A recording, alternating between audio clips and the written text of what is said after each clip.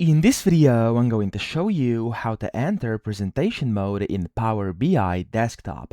Now, there's actually no button to press to actually do this because on desktop inside Power BI, there's actually no presentation mode. However, you can go ahead and kind of modify things to where you basically can present and it's going to look a bit better than it does right now. So let me show you what I would do. Now, the first thing you want to do here, you want to go to the View tab up top, and then inside the View tab here, you want to lock the objects because when you click Lock Objects, it will lock all your objects in place. And if you're presenting, as it says over here, for example, if you're giving a presentation, this will be helpful because, of course, you won't be moving everything around. So that's the first thing I would do, and it's going to help you tons when you are trying to actually present here inside Power BI.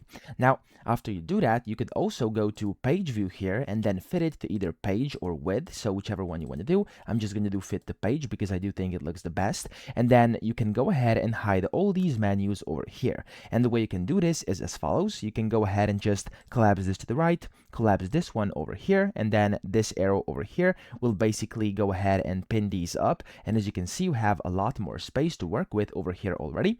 And what you can also do is use this zoom slider down here at the bottom right to actually zoom things in or out, or you could also use like just the control key, so holding your control key and then just going and zooming in and out with your mouse wheel in case you're using a mouse. Okay, so that's kind of the best you can do in here, and if you want to enter presentation mode, that's how I would do it. But unfortunately, more than that you pretty much cannot do. That's what you're kind of stuck with in case you're trying to present here on Power BI desktop. So that's the best alternative. I hope this video helped you out. If it did, please subscribe to the channel and help me out as well.